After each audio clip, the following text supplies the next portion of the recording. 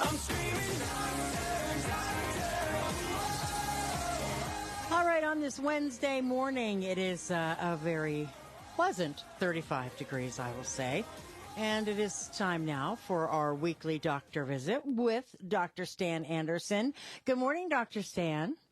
Hey, Pam. Great to talk to you. So I know one of the things that you want to discuss is anti-aging. Well, don't we all?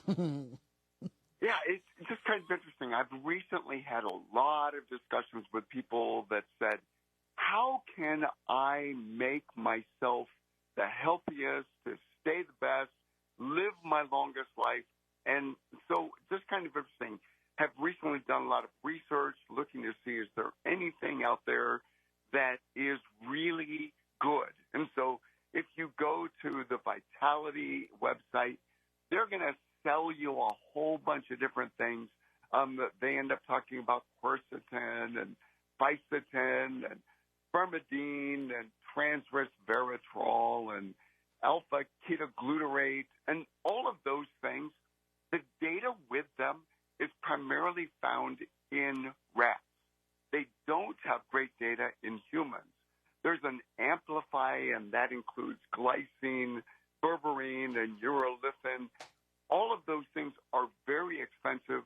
And so my plea to people is be careful about scams. Be careful about looking at the data.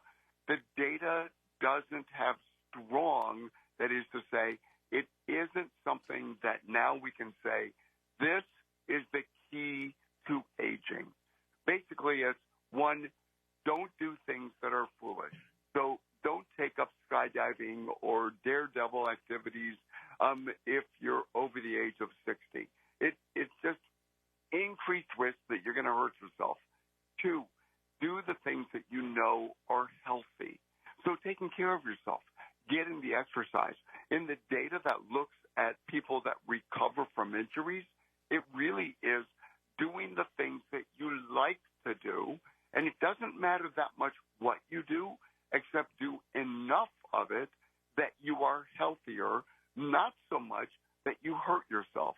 So if you're over the age of 60 and you say, I want to get in my best fighting shape, I'm going to start running marathons, the reason that that wouldn't be as healthy, you're going to hurt yourself. So the likelihood is that people that really push themselves to go so hard, they end up actually having less of a good outcome because they hurt themselves because they're trying to push too hard. And then finally, you want to make sure that you have good relationships. It's the people in your life. So you want to have a reason to retire so that you can be a purpose, be something meaningful. In Kohlberg's 6 stages of development, the final stage of aging is stagnation versus generativity. So for everybody who is in the retirement phase or thinking about retirement, that's where you can now spend more time with your purpose. The more that you are fulfilling the reason that you have the free time, rather than just, now I get to spend more time watching TV, the more that you can fulfill your purpose, the better you're going to do, the longer you're going to live. In all of the blue zones, which are the places where people do end up living generally to 90 or 100, they all have several commonalities. One, they're a community. They have relationships. The vast majority of them go to a church. So the issue is it's the interactions. It's the purpose. That's what's going to get you the long haul. And then finally, they're all exercising. They're taking care of themselves. And they don't smoke. They don't drink. They don't chew. They don't do the things that are, as your mother told you, don't go with boys who do. Those are the kind of things that you want to live to your longest life. Being generative, that's one of the key things. Well, what I get from that is that anti-aging comes from within then, correct? You know, it really does. And because it comes from within, it has to express itself to without, to the people outside. So it's not just enough of, I feel good. You have to express that to the people around you. So, yeah, it's an all-encompassing type of a thing. Is it a little genetic as well? You know, it's kind of interesting. That's one of the foundations in medicine. We want to know people's family history. One of the things that we find, oftentimes it's the habits that people do that end up bringing them an early death. If you look back through almost everybody's history, almost everybody has someone that has died early, and almost everybody has someone that lived into their 90s or 100s. So the real question is, which DNA did you get? And we don't know. So yes, DNA plays a role of this is what I need to be more careful of. So if you have a strong family history, for instance, of heart disease, you want to control your blood pressure, your cholesterol. If you have diabetes, get the diabetes controlled. Those are the common sense things. That's the reason you want to see your primary care provider, so that you can keep your medical problems under control. But almost everybody also ends up having somebody that lives longer, but then doesn't have a good life. So Alzheimer's disease, they end up having a stroke and they still live another 10 to 15 years afterwards. That kind of lifestyle, you want to prevent that. And again, it's boiling down to looking to see, is there something from the family history that might increase your risk? So if you want to prevent Alzheimer's, again, the critical thing is make sure that you're taking care of yourself. Make sure that you're getting good sleep. Some data, taking zinc is beneficial to prevent Alzheimer's. 50 milligrams every day reduces the potential risk of Alzheimer's by around 18%. But physical exercise is the fundamental thing to do. And it doesn't matter what. Again, it's being active.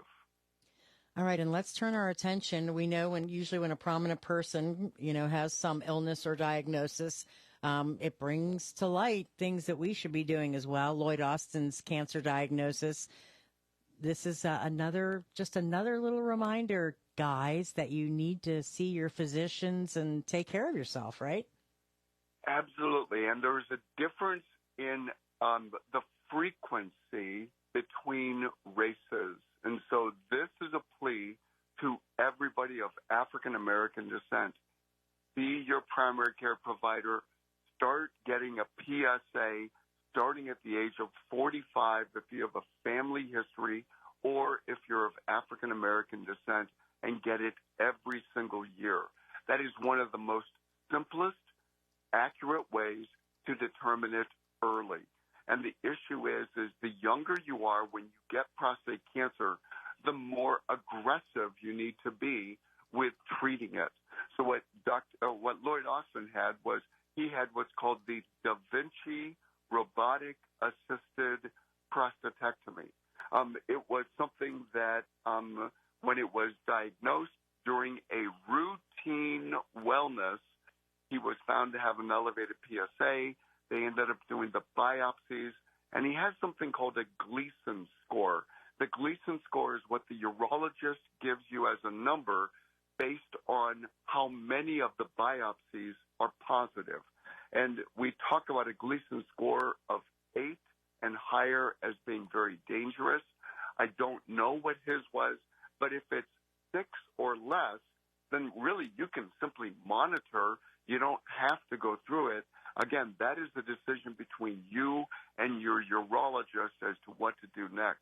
The plea is everybody should get a PSA screen starting at the age of 50, 45 if you're African American, and if it's abnormal, we talk about repeating it and or getting in to see the urologist. That is one of the things, because prostate cancer has no symptoms until it's too late. The adage, if it ain't broke, don't fix it, does not apply when it comes to cancer. The reason that the FDA, the CDC, the NIH, every governing body says we should be doing screens is because an ounce of prevention is worth a pound of cure. Finding cancer at its early stages is paramount. It is fundamental, because if the cancer has already spread, then your cure rate is much, much less. So my plea to everybody is check, get it checked, do the screens that your primary care is telling you to do. For women, the mammogram. Everybody should have their skin checked. Everybody should have colon screens, and every male should have a PSA starting in the earlier stages. After the age of 70, then it's a lot more questionable. And the reason is that for many of the later age prostate cancers, they really take a much longer time to kill men. So from a pragmatic point of view, younger ages, definitely you should be screened. Lots of good information, Dr. Stam. Well, see, we're going to push off the New Year's resolution thing yet again one more week. We're giving everybody a break one more time. You have a great week, and we'll talk next Wednesday. Thanks, Pam. I look forward to it. Canton's Morning News with Pam Cook. If you missed one of